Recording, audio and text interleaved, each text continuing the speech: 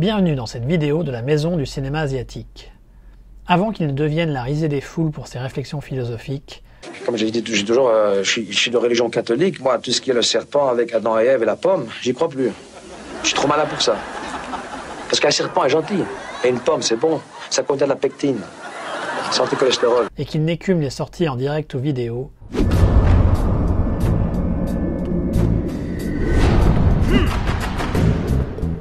Jean-Claude Van Damme fut une authentique star de l'action à Hollywood.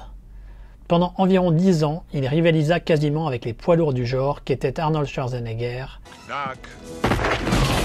et Sylvester Stallone.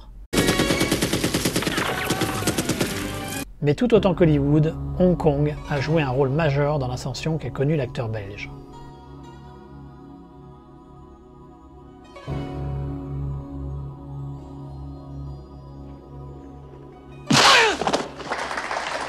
Comme beaucoup d'autres de sa génération, le jeune Jean-Claude fut influencé par l'incontournable Bruce Lee après l'avoir vu au cinéma dans Opération Dragon.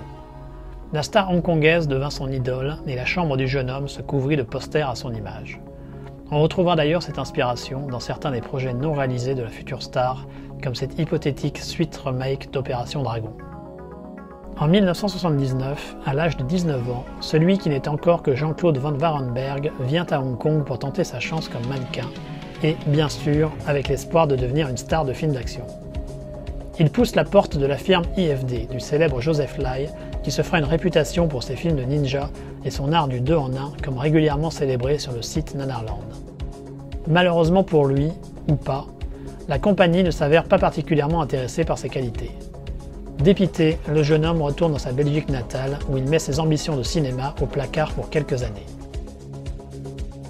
Au début des années 1980, il émigre à Hollywood. Percer dans l'industrie ultra compétitive de Los Angeles n'a rien d'aisé. Et, en attendant une hypothétique opportunité, le Belge joint les deux bouts en multipliant les petits boulots et en faisant quelques apparitions en tant que figurant. Ironiquement, ce sera Hong Kong qui lui donnera enfin la chance de se faire remarquer dans le monde du cinéma. Les années 80 marquèrent en effet l'affirmation des ambitions mondiales de l'industrie cinématographique hongkongaise.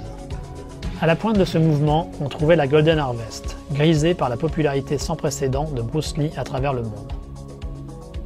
D'autres compagnies mineures tentèrent également de se faire une place au soleil de l'Occident. Parmi elles, la Seasonal de l'influent MCU. Échaudé par le succès de Karate Kid, que MCU considère comme une mauvaise imitation de ce qu'il produit depuis des années, le producteur hongkongais décide de faire des films d'arts martiaux avec des acteurs américains et dans un environnement purement hollywoodien, mais toujours avec des spécialistes de Hong Kong derrière la caméra. C'est sur cette base qu'il finance Karate Tiger en 1986, réalisé par Corey Yun, et dans lequel un jeune adolescent californien apprend les arts martiaux grâce au fantôme de Bruce Lee.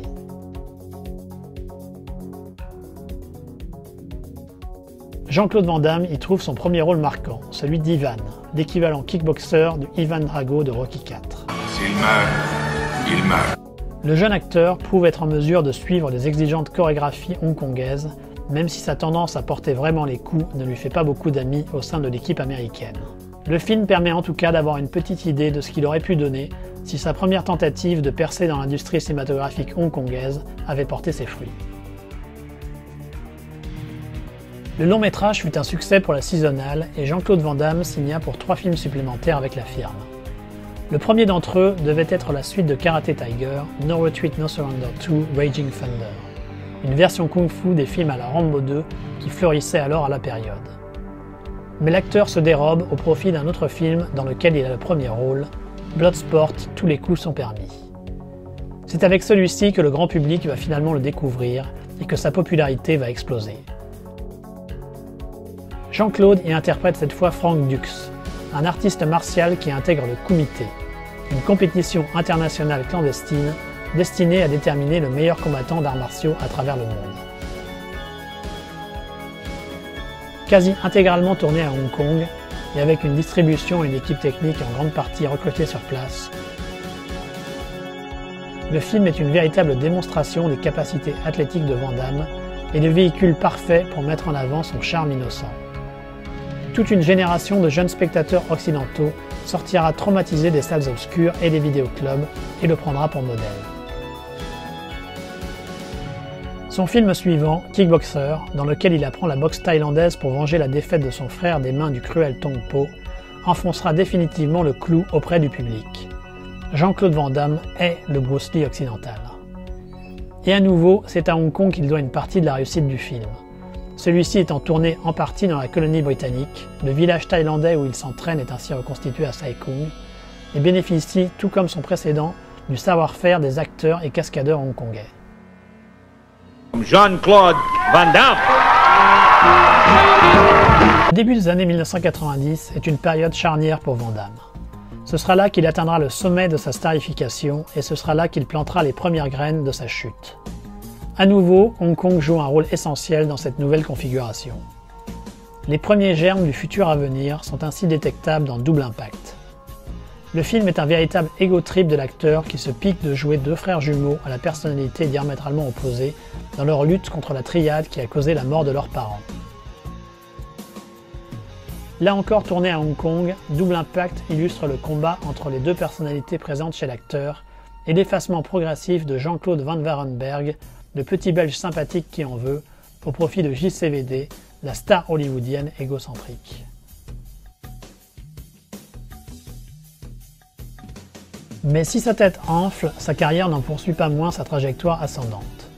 Le sommet est atteint grâce au succès d'Universal Soldier et de Street Fighter. Van Damme va alors utiliser son star power pour choisir les réalisateurs avec lesquels il veut travailler. Son amour pour Hong Kong va s'exprimer à nouveau. L'âge d'or du cinéma de Hong Kong touchait alors à sa fin et avec l'approche de la rétrocession, les cinéastes hongkongais commençaient à envisager sérieusement de partir travailler à l'étranger. Le premier à le faire, à l'invitation de Van Damme donc, est John Woo. Le résultat de leur collaboration est un remake des chasses du Kanzarov, le bien nommé Chasse à l'homme, où le Belge sert de gibier à un groupe de chasseurs extrémistes. Le film propose quelques moments typiques d'action wooienne,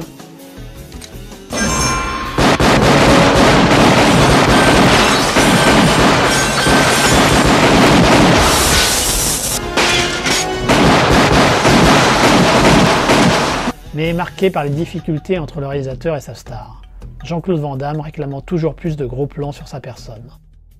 Malgré ces conflits, Chasse à l'homme demeure un des meilleurs films de la star belge. Et si cela marque logiquement la fin de la collaboration entre Van Damme et John Woo, l'artiste martial continuera de puiser dans le vivier de la colonie britannique. Avec l'iconoclaste Troy Ark, il tourne ainsi Double Team, incarnant cette fois un agent secret qui cherche à se venger d'un terroriste international, et Piège à Hong Kong, dans lequel il est un vendeur de faux jeans qui se retrouve impliqué dans les machinations de la CIA à l'aube de la rétrocession. Ce dernier film marquant les retrouvailles cinématographiques de l'acteur avec la ville, dans laquelle il n'avait pas tourné depuis Double Impact 7 ans plus tôt.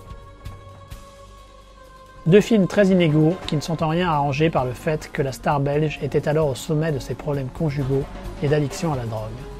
Mais il trouve enfin un réalisateur plus à même de le contrôler en la personne de Ringo Lam.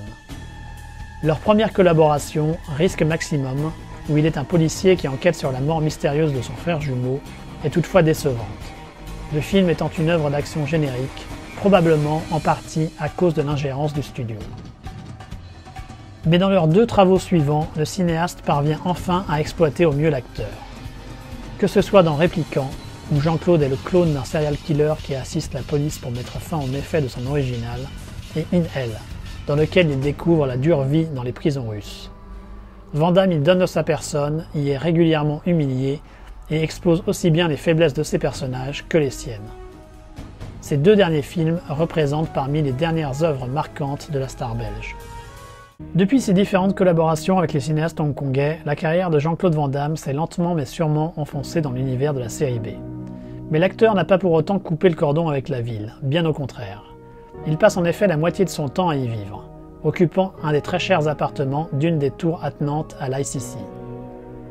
Cette présence régulière explique qu'on puisse le voir de temps en temps dans des émissions de TV locales, qu'il ait été à un moment l'ambassadeur de l'agence de promotion du tourisme de la ville, ou qu'il tourne régulièrement des films dans le Guangdong attenant, comme son récent Pound of Flesh. Pour le meilleur et pour le pire, Jean-Claude Van Damme a une relation fusionnelle avec Hong Kong. Merci d'avoir regardé cette vidéo, n'hésitez pas à poster vos questions ou observations dans les commentaires, je ferai une vidéo pour y répondre. En attendant, je vous dis à bientôt sur la Maison du cinéma asiatique.